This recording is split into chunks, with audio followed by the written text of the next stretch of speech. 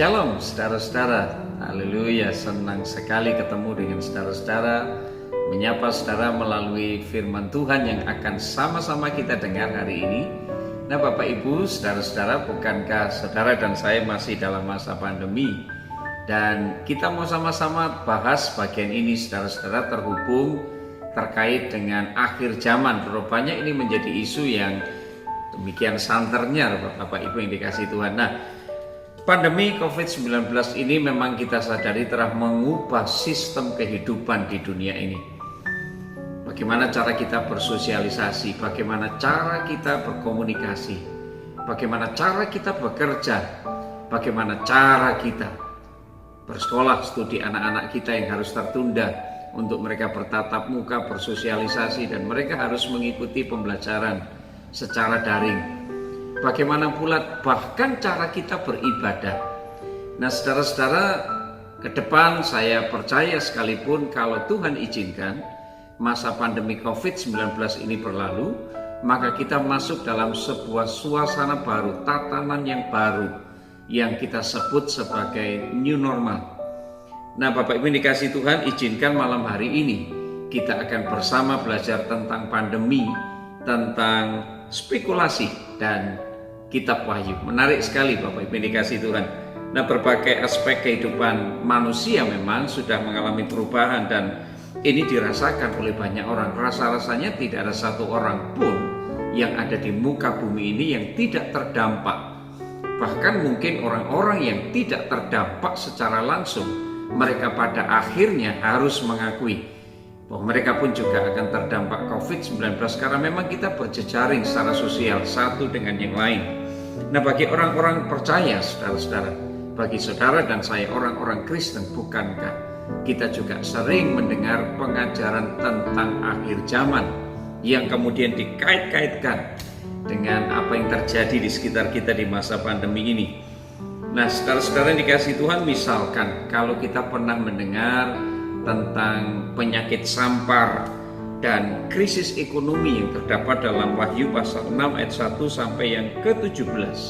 Ini dikait-kaitkan dengan pandemi yang sedang berlangsung sekarang, seolah-olah inilah masa, inilah saat di mana penggenapan kitab Wahyu pasal 6 ini terjadi. Demikian pula saudara-saudara, ditambah dengan beredarnya kabar-kabar atau berita-berita yang spekulatif, artinya belum tentu kebenarannya, dan teori konspirasi barangkali. Bahkan ada yang mengatakan ini adalah pandemi ini, COVID-19 ini sebenarnya rekayasa sekelompok orang tertentu dengan maksud yang jahat. Ada yang mengatakan bahwa virus corona ini seperti senjata biologi buatan manusia yang memang diperuntukkan untuk mengurangi populasi jumlah manusia di muka bumi ini. Ada pula yang mengatakan, saudara-saudara, terkait dengan vaksin, bukankah ini juga isu yang sedang berkembang hari-hari ini? Di dalam vaksin yang berupa cairan ini, rupanya disertakan semacam alat tertentu yang sebut saja chip barangkali, yang kemudian ketika disuntikkan dalam diri seseorang, maka chip ini yang menghubungkan seseorang dengan pemerintahan antikris katanya, ya, yang berada dalam satu pemerintahan, karena keberadaan chip ini saudara-saudara membuat seseorang semuanya terdeteksi oleh karena terhubung dengan satu satelit, ya. Dan saudara-saudara, bagaimanapun semuanya ini disebut sebagai teori konspirasi, sesuatu yang belum bisa dipertanggungjawabkan kebenarannya. Dikait-kaitkan lagi dengan kedatangan Tuhan kali yang kedua. Bahkan ada yang mengklaim saudara dan saya sekarang ini hidup dalam masa tribulasi, hidup dalam masa kesukaran besar. Dan Bapak Ibu dikasihi Tuhan, perlu dicatat, semua teori ini bersifat spekulatif, belum bisa ditentukan kebenarannya. Mesti punya akurasi data yang lebih baik, punya analisis yang digunakan untuk mengolah data dan berbagai macam pengujian lainnya. Nah Bapak Ibu dikasih Tuhan, kalau kita misalkan memiliki sumber daya untuk membuat penelitian tersebut, dan ini sesuatu yang tidak bisa dipertanggungjawabkan. Kalau misalkan ada kajian yang bersifat dangkal seperti ini, pasti akan menghasilkan pula pemahaman atau kesimpulan yang dangkal. Jadi, Bapak Ibu yang dikasihi Tuhan, dengan demikian mari kita belajar menjadi lebih bijak, belajar lebih cerdas sebagai anak-anak Tuhan yang hidup di akhir zaman ini. Bapak Ibu dikasihi Tuhan, orang percaya, saudara dan saya, jangan mudah percaya, jangan mudah terhisap dengan kabar-kabar yang belum tentu kebenarannya. Ya, jadi bukankah kitab Amsal 19 ayat 9 mengatakan seperti ini, orang yang menyembur-nyemburkan kebohongan akan binasa. Oleh karena itu Bapak Ibu, orang-orang percaya, mari kita tidak mudah terjebak dengan praktek eskatologi surat kabar. Artinya mencocok-cocokkan antara berita yang berkembang hari-hari ini dengan Alkitab, kemudian dikaitkan dengan akhir zaman. Karena begitu banyak saudara-saudara pengajaran-pengajaran sesat, sekte-sekte yang bermunculan berawal dari seorang pemimpin agama pada awalnya, tetapi memiliki pemahaman yang dangkal terhadap firman, kemudian memaksakan kehendak memperkosa ayat-ayat Alkitab untuk mendukung teori mereka dan menimbulkan kesesatan bagi banyak orang. Saya percaya saudara dan saya adalah orang-orang yang tidak mudah disesatkan. Jadi Bapak Ibu dikasihi Tuhan, insan Pentakosta yang dikasihi Tuhan, seharusnya kita lebih mengarahkan pandangan kita kepada pengangkatan, ya, kepada pengangkatan, bukan kepada penganiayaan. Saya mengajak saudara melihat bagian ini, masa aniaya besar itu bukanlah ditujukan bagi gereja. Yuk kita lihat, bukankah dalam kitab Wahyu pasal 3 ayat 10, saya akan bacakan buat saudara. Alkitab kita mengatakan, karena engkau menuruti firmanku, untuk tekun menantikan aku. Perhatikan bagian ini, maka aku pun akan melindungi engkau dari hari pencobaan yang akan datang atas seluruh dunia untuk mencobai mereka yang diam di bumi. Jadi Bapak Ibu yang dikasihi Tuhan, gereja Tuhan, dia akan mengalami pengangkatan bahkan sebelum aniaya besar terjadi. Ini yang lebih sering kita kenal sebagai pre-tribulation. Dan saudara-saudara, bahwa masa kesusahan besar ini dirancang bukan untuk memurnikan, tidak dirancang untuk memurnikan orang-orang kudus, tetapi menghukum dunia yang telah menolak Tuhan Yesus. Nah, sebagai anak-anak Tuhan, orang-orang yang percaya kepada Tuhan, saudara-saudara, dalam masa pandemi seperti sekarang ini, mari seharusnya saudara dan saya lebih giat mencari wajah Tuhan, lebih giat mencari Tuhan, daripada kita sibuk dengan mencari identitas antikris. Saudara dikasih Tuhan, karena datangnya antikris ini pasti tidak bisa ditangguhkan. Sebab itu sesuai dengan firman Tuhan, cepat atau lambat pasti akan datang, tidak bisa ditangguhkan. Kita tidak bisa membuat apapun untuk mengubah ketetapan Tuhan. Jadi Bapak Ibu dikasih Tuhan, oleh karena itu, mari kita sebagai anak-anak Tuhan, oleh karena itu sebagai anak-anak Tuhan, kita lebih memilih untuk memusatkan perhatian kita kepada Kristus dan bukan kepada antikris. Nah, saya ingin berbicara soal pengangkatan, Bapak Ibu yang dikasihi Tuhan. Mengenai pengangkatan, banyak orang rupanya menaruh perhatian yang keliru tentang pengangkatan. Mereka mulai bertanya, kapan pengangkatan ini akan terjadi?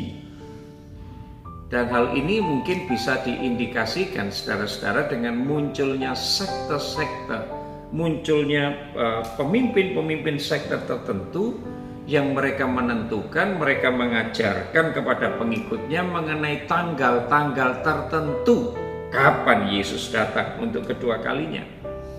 Dan terbukti mereka bersalah, Bapak Ibu yang dikasihi Tuhan. Karena bukankah Alkitab kita sendiri mengatakan Yesus sendiri tidak tahu kapan dia datang untuk kedua kalinya? Hanya Allah Bapa.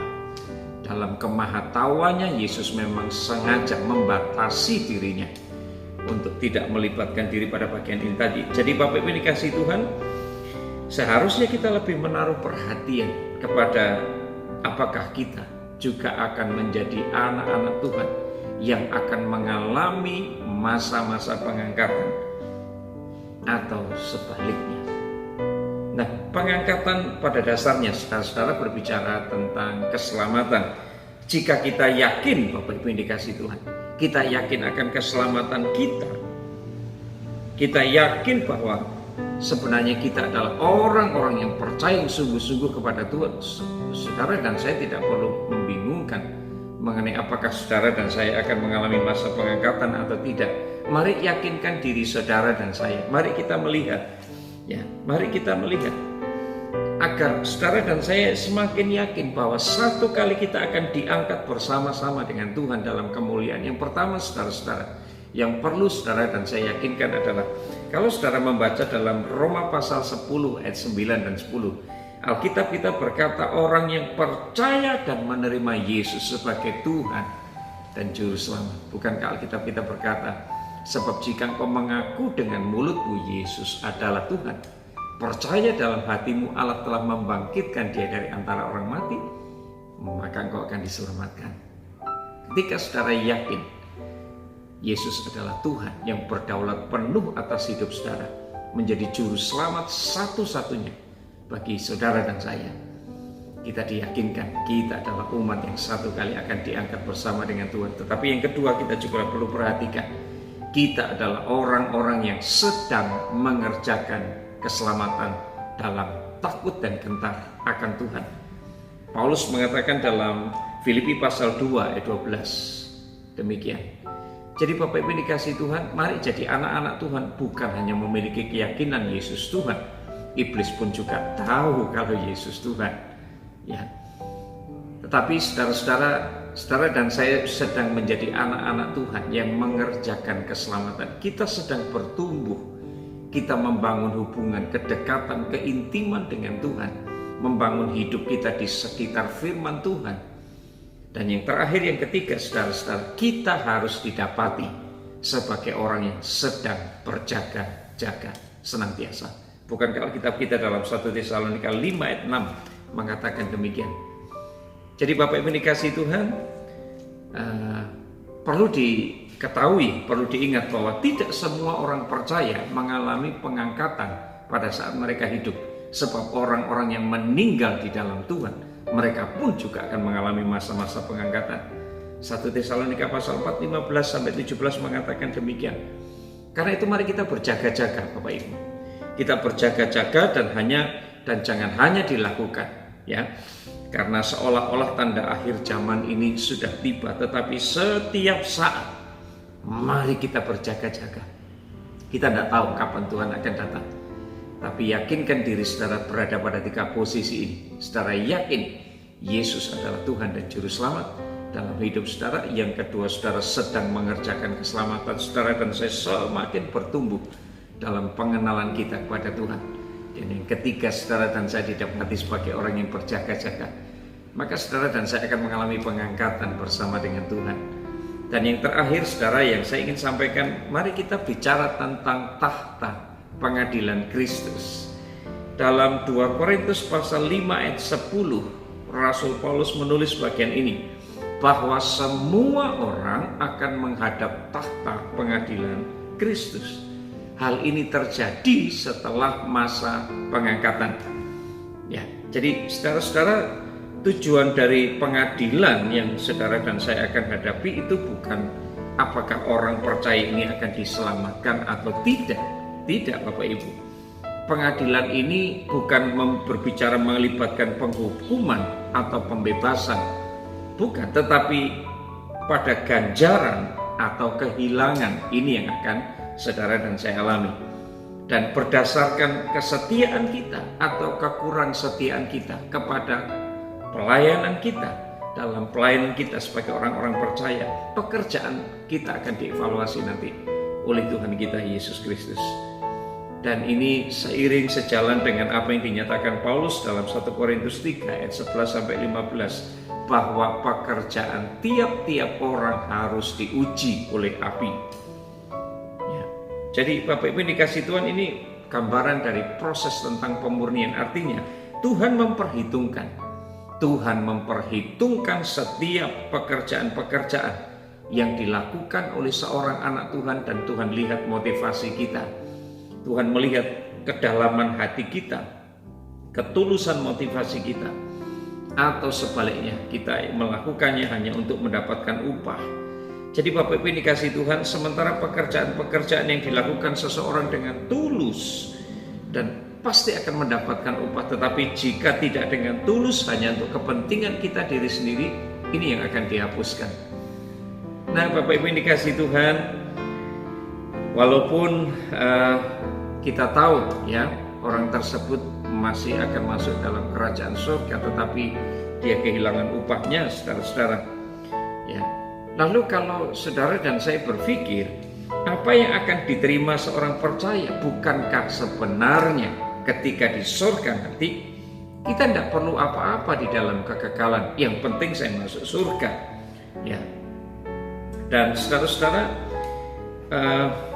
mari kita perhatikan ya bahwa nanti dalam takhta pengadilan Kristus orang-orang percaya ini mendapat upah, mendapat ganjaran, atau sebaliknya itu yang akan diperhitungkan. Dan setidaknya begini, saya ingin menyampaikan ada 5 mahkota Bapak Ibu, 5 mahkota yang akan Tuhan berikan kepada seseorang yang didapati. Yang pertama, mari kita perhatikan ya, dalam kitab Wahyu pasal 2 ayat 10, apa yang disebut sebagai mahkota kehidupan ini diberikan, ini dianugerahkan kepada siapapun saudara dan saya yang tetap setia sampai mati mengikuti Tuhan.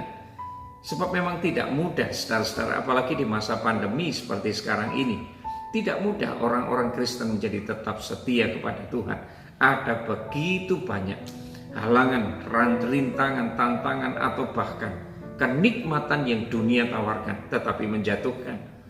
Tapi bagi orang-orang yang setia sampai akhir, Tuhan menganugerahkan mahkota kehidupan. Yang kedua adalah mahkota kebenaran bagi orang-orang yang merindukan kedatangan Tuhan. Haleluya. Saudara-saudara, dalam kitab 2 Timotius pasal 4 ayat 8 mengatakan demikian. Yang ketiga adalah mahkota abadi, dan ini diberikan oleh Tuhan kepada orang yang menguasai dirinya di dalam segala hal. 1 Korintus pasal 9 ayat 25. Saya tahu ini bukan sesuatu yang mudah saudara-saudara, mengendalikan diri, menguasai diri di dalam segala hal. Tapi Tuhan sediakan mahkota bagi orang-orang yang dapat menguasai dirinya dalam segala hal. Dan yang keempat saudara-saudara, ada yang disebut mahkota kemegahan. Dalam 1 Tesalonika 2 ayat 19, ini diberikan kepada orang-orang yang memenangkan jiwa bagi Tuhan. Haleluya. Saudara-saudara, mari kita menangkan jiwa bagi Tuhan selama masih ada kesempatan. Mari kita menghasilkan buah. Adalah jiwa-jiwa yang kita persembahkan kepada Tuhan. Ada mahkota kemegahan. Dan yang terakhir, mahkota yang kelima dalam 1 Petrus 5 ayat keempat adalah mahkota kemuliaan yang hanya diberikan kepada mereka yang memelihara domba-domba Allah dengan setia. Barangkali ini adalah mahkota yang diberikan Tuhan kepada para gembala sidang. Saya tahu para gembala sidang, tugas saudara tidak mudah, tidak ringan. Tapi ketika saudara setia memelihara domba-domba Tuhan, menggembalakan mereka, maka ada mahkota yang Tuhan sediakan. Mahkota kemuliaan. Haleluya.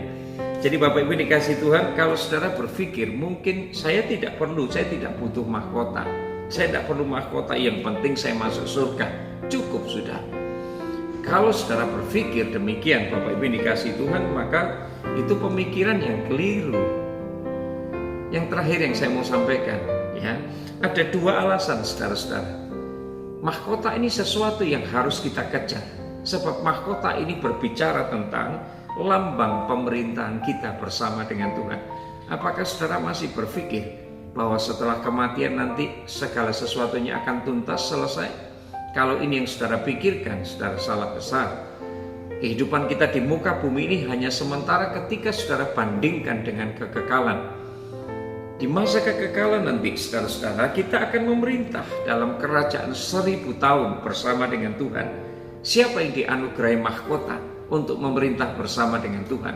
adalah orang-orang yang setia, yang sungguh-sungguh melayani Tuhan dalam kehidupan di dunia sekarang ini.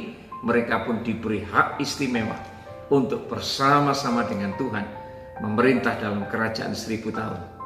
Bukankah ini sesuatu yang harus kita kejar, saudara-saudara? Sesuatu yang harus saudara dan saya dapatkan. Dan yang kedua, saudara-saudara, mahkota itu lambang penyembahan kita kepada Tuhan.